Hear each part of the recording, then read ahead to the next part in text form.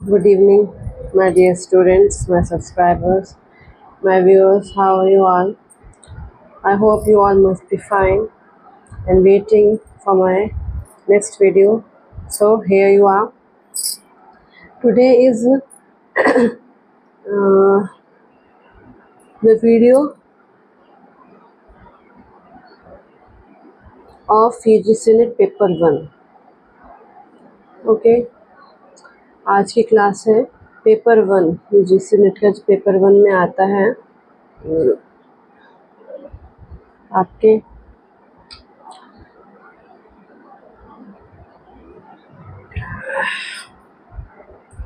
उसके ऊपर आज का वीडियो है.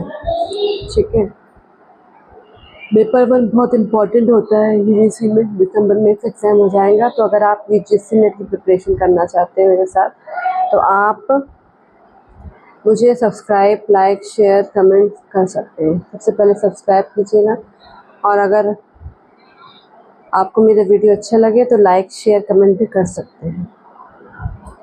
तो आज हम बात करते हैं एमडीजी के बारे में. एमडीजीज क्या होते हैं? एमडीजीज का मतलब मिलेनियम डेवलपमेंट गोल्स. एमडीजीज होते हैं मिलेनियम डेवलपमेंट गोल्स. इसकी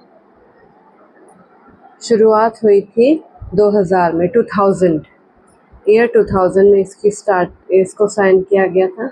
और इस मिलेनियम डेवलपमेंट जो गोल्स हैं वो 8 है नंबर में. मिलेनियम डेवलपमेंट गोल्स 2015 में इसका एक था कि 2015 तक इसको एंड करना है, मतलब कंप्लीट इसको अचीव करना है.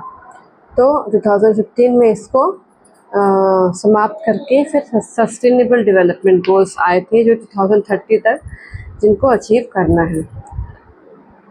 सस्टेनेबल डेवलपमेंट गोल्स 15 है, उसके बारे में नेक्स्ट वीडियो में बात करेंगे. तो आइए मिलेनियम डेवलपमेंट गोल्स के बारे में जानते हैं कि मिलेनियम डेवलपमेंट गोल्स क्या क्या होते हैं. और प्लीज़ आप सभी से ये रिक्वेस्ट है कि वीडियो को एंड तक देखिएगा अगर आप इससे कुछ बेनिफिट लेना चाहते हैं. और अगर इस चैनल पर न्यू हैं तो इसको मेरे चैनल को सब्सक्राइब ज़रूर कीजिएगा. सब्सक्राइब करने के बाद अगर आपको वीडियो अच्छी लगती है और आप चाहते हैं कि और ज़्यादा आपको वीडियोस मिलें इस तरह की, तो आप इसको सब्सक्राइब करने के बाद बेल आइकन पर ज़रूर प्रेस कीजिएगा. बेल आइकन प्रेस करके आप नए वीडियोस आपको तुरंत नोटिफिकेशन आपको मिल सकता है. तो इसको 2000 में स्टार्ट हुआ, 2015 में इसको एंड करने के बाद फिर इसके सस्टेनेबल डेवलपमेंट गोल्स आ गए थे जो कि 15 है नंबर में. तो सबसे पहला जो गोल था इसका to eradicate extreme poverty and hunger. मतलब हमारे भारत में ये तो मिलेनियम डेवलपमेंट गोल्स हैं, इसमें बहुत सारे देश हैं, लेकिन अगर हम भारत की बात करें तो हमारे भारत में भी ये लागू हुआ हमारे देश में. तो इसका फर्स्ट जो गोल था वो है तो इरेडिकेट एक्सट्रीम पॉवर्टी, यानी बहुत अत्यधिक जो गरीबी है और भूख है. ठीक है, क्योंकि हमारा जो जीवन की 3 आवश्यकताएं कौन कौन सी होती हैं. पहली होती है रोटी, यानी कि भोजन. ठीक है, रोटी, कपड़ा और मकान. एक मूवी भी आई थी रोटी, कपड़ा और मकान. इसी के लिए हम लगातार ज़िंदगी भर जूझते रहते हैं. ठीक है, ये आवश्यकताएं अगर ये पूरी नहीं होंगी तो व्यक्ति जीवित नहीं रह सकता. मतलब कौन कौन सी होती है? रोटी, कपड़ा और मकान. हमें खाने के लिए रोटी चाहिए, सबसे पहली आवश्यकता होती है. दूसरी हमारी होती है वस्त्र, यानी कि हम वस्त्र पहनना हमारी दूसरी आवश्यकता. भूख मिटाने के बाद जो दूसरी हमारी ज़रूरत होती है, ताकि हम समाज में, क्योंकि हम समाज में रहते हैं तो समाज के हिसाब से हमें चलना पड़ता है.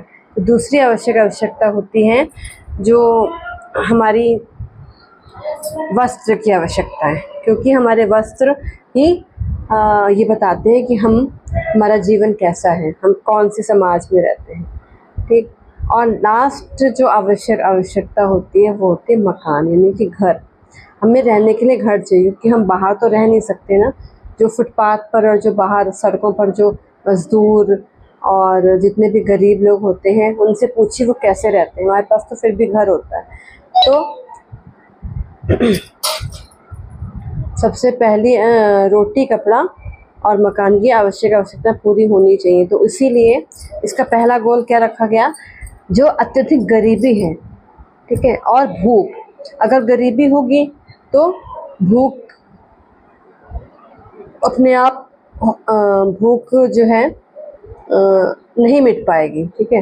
तो इसको हटाना, इरेडिकेट मतलब रिमूव करना, एक्सट्रीम पॉवर्टी जो हर जगह, और जो गरीब देश होते हैं, अब जो विकसित देश है उनमें तो इस तरह की गरीबी नहीं होती, लेकिन जो अविकसित हैं, जो विकासशील देश, उनमें इस तरह का जो समस्या है वो देखी जाती है। तो उसको हटाने के लिए ये मिलेनियम डेवलपमेंट गोल्स का फर्स्ट गोल रखा गया, ताकि सभी लोग गरीबी से ऊपर आ सके, गरीबी रेखा से ऊपर आ सके और अपनी भूख मिटाने के लिए एक अपना एक उनका जो भूख है वो मिट सके। फिर नेक्स्ट सेकंड इसका गोल था to achieve universal primary education. सबसे पहले हमने गरीबी मिटा दी, ठीक है। गरीबी मिटाने के बाद क्या हुआ, अब बात आई गरीबी नहीं, गरीबी के साथ साथ हमने अपनी भूख मिटा ली, यानी कि हमने भोजन कर लिया। भोजन करने के बाद हमारी पहली आवश्यकता पूरी हो गई, जो कि भोजन है। उसके बाद हमने ये सेकंड गोल इन्होंने क्या रखा, जो यूनिवर्सल प्राइमरी एजुकेशन है, यानी कि वैश्विक, यूनिवर्सल मतलब वैश्विक, संपूर्ण विश्व में जो प्राथमिक शिक्षा है उसको पूर्ण करना, ठीक है। मतलब हर जगह, यूनिवर्सल है मतलब वैश्विक, हर जगह संपूर्ण विश्व में जो प्राथमिक शिक्षा है वो सभी बच्चे पूरी कर सकें, ठीक है। अगर हम गरीब नहीं रहेंगे तभी हमारी जो प्राइमरी एजुकेशन है वो पूरी हो पाएगी। तो सबसे पहले गोल है eradicate extreme poverty and hunger, यानी कि सबसे पहले हमारी आवश्यकता होती है भूख मिटाना, ठीक है। और भूख तभी मिटेगी जब हम गरीब नहीं रहेंगे, ठीक है, जब हम कुछ अर्न कर सकेंगे, ठीक है। तो ये आपकी इस तरह से आप लर्न कर सकते हैं जल्दी, क्योंकि ये नेट के पेपर में आता है। और नेक्स्ट टॉपिक आपका होगा सस्टेनेबल डेवलपमेंट गोल्स, जो कि 15 गोल्स रखे गए हैं, उनको 2030 तक अचीव करने का एक लक्ष्य है, एक गोल है। तो अब हमने सबसे पहले अपनी भूख मिटा ली, उसके बाद हमने ये सोचा कि अब हम पढ़ाई करते हैं, प्राथमिक शिक्षा पूरी करते हैं, ताकि हम जो कुछ ना कुछ हम काम कर सकें, ठीक है।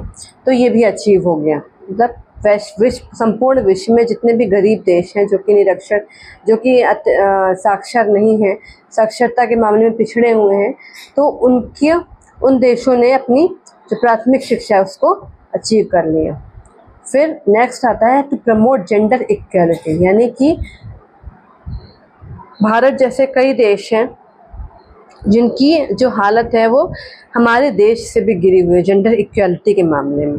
मतलब जो लैंगिक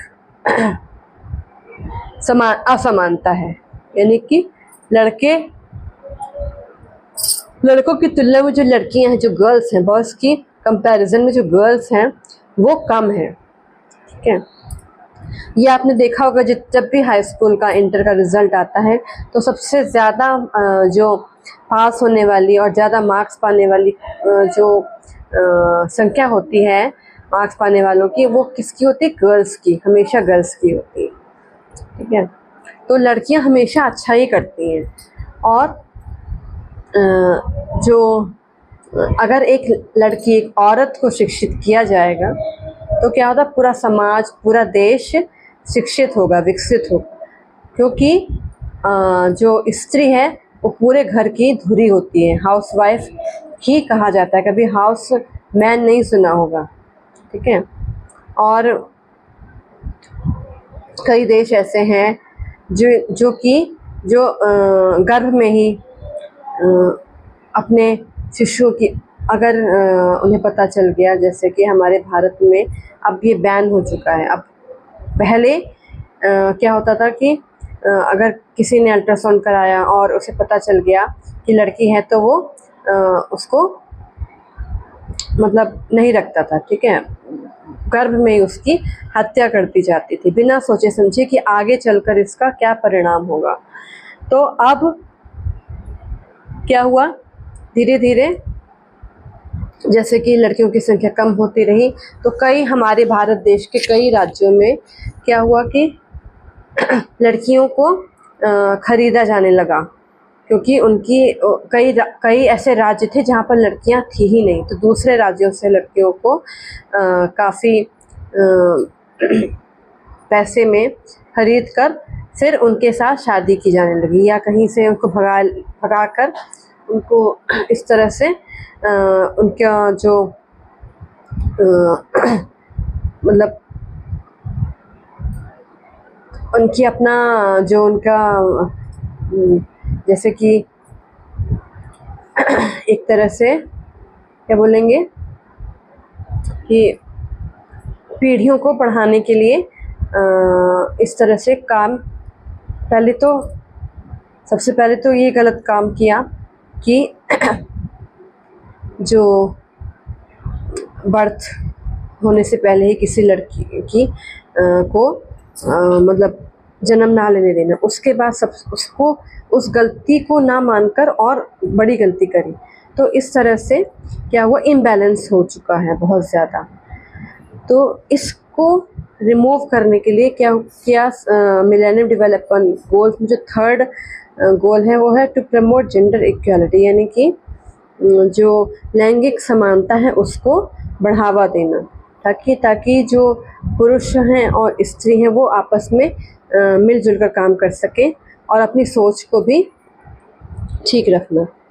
ये है आप फिर इसके बाद जेंडर इक्वालिटी को प्रमोट करने के बाद फिर होता है टू रिड्यूस चाइल्ड मोर्टेलिटी। ये फोर्थ गोल था इसका, कि जो शिशु मृत्यु दर है उसको कम करना। वो कैसे कम हो सकता है, जब हम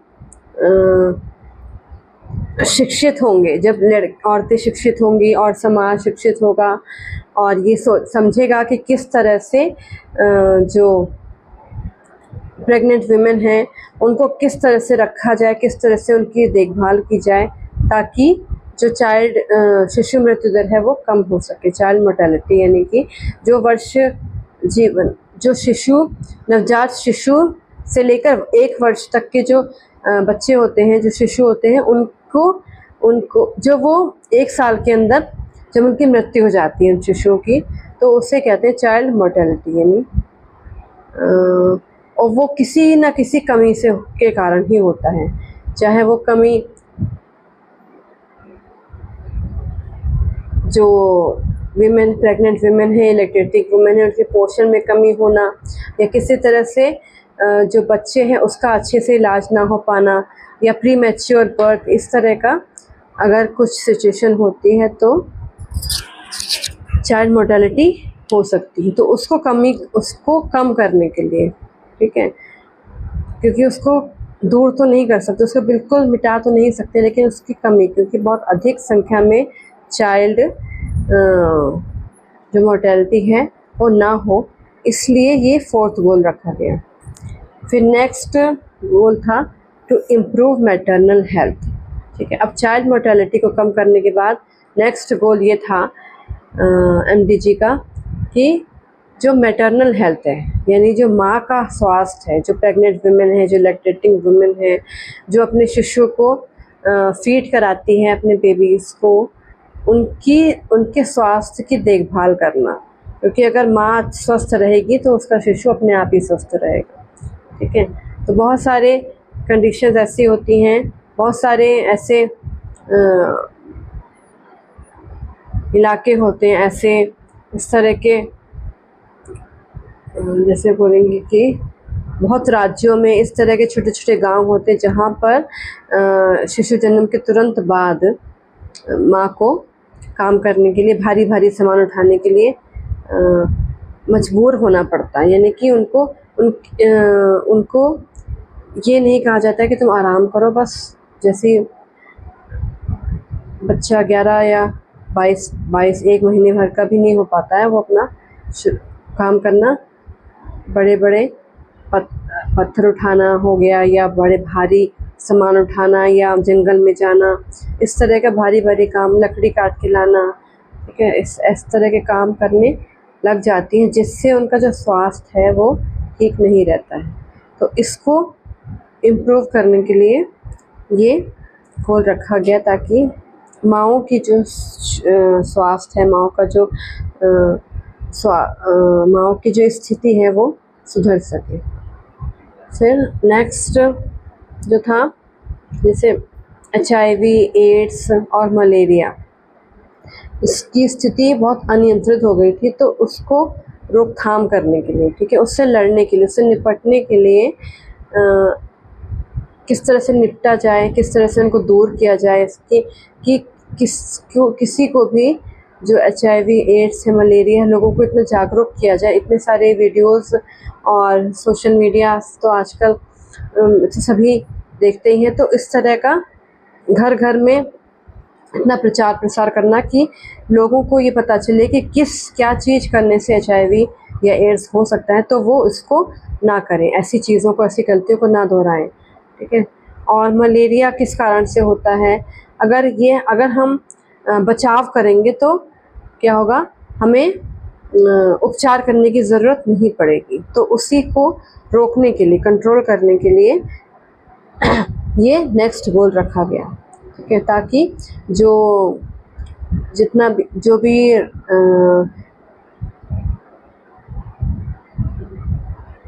इस बीमारी से होने वाले मृत्यु की दर कम हो सके, ठीक है।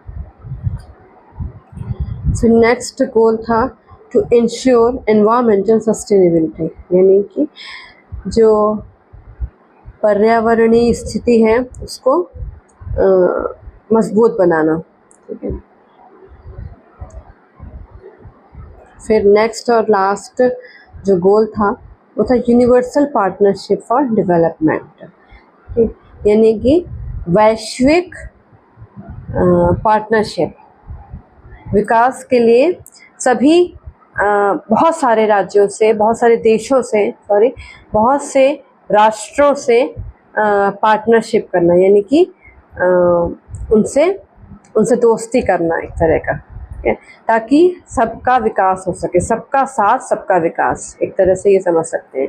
तो ये लास्ट गोल है और ये इम्पॉर्टेंट है, क्योंकि हम समाज में रहते हैं, हम एक राज्य में रहते हैं, तो हम अकेले तो कुछ भी नहीं कर सकते।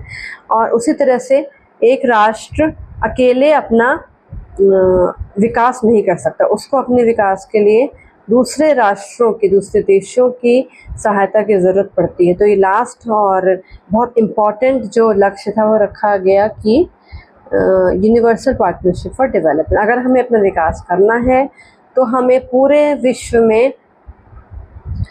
विश्व से मदद लेनी होगी और अपनी मदद भी दूसरों को देनी होगी। यानी कि अगर हम एक हाथ फैलाते हैं तो उससे पहले हमें हाथ को देने के लिए बढ़ाना होगा। तो ये थे आपके 8 मिलेनियम डेवलपमेंट गोल्स, जो कि 2015 में जो अचीव करने का एक लक्ष्य रखा गया था।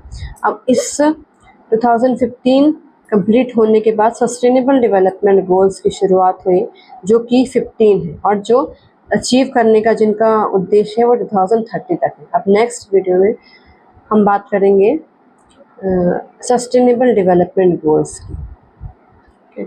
तो अब आज के लिए बस इतना ही। अगर आपको ये वीडियो अच्छे लगे और यहाँ तक आप लास्ट एंड तक देख रहे हैं तो इस वीडियो को लाइक, शेयर और इसमें कमेंट करके बताइएगा कि आपको ये वीडियो कैसा लगा।